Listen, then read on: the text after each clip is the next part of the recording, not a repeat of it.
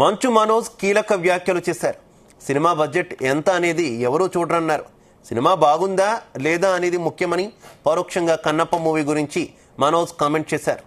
తాను చెట్టు పేరు చెప్పి కాయల ముక్కునే రకం కాదని ఘాటు వ్యాఖ్యలు చేశారు. తనను ఏమి చేసినా అభిమానుల గుండె నుంచి వేరు చేయలేరని ఆయన తెలిపారు.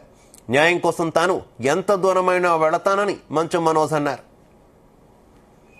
జీవితంలో ఎన్ని కష్టాలు వచ్చినా, ఎంతమంది తొక్కాలని చూసినా, బురద జల్లాలని చూసినా, ఆ 4 గోడల మధ్యలో నన్ను రానికపోయినా,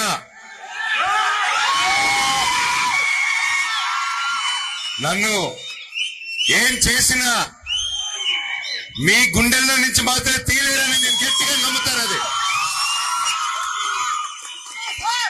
మీరే నా దేవుళ్ళు, మీరే నా కుటుంబం, మీరే నాకు అన్ని. చెట్టు పేరు జాతి పేరు చెప్పుకుని మార్కెట్ లో అమ్ముడు పోవడానికి నేను కాలం పొందా కాదు. నేను మనోజ్ని తొక్కుదామని చూస్తారా? నలుపుదామని చూస్తారా?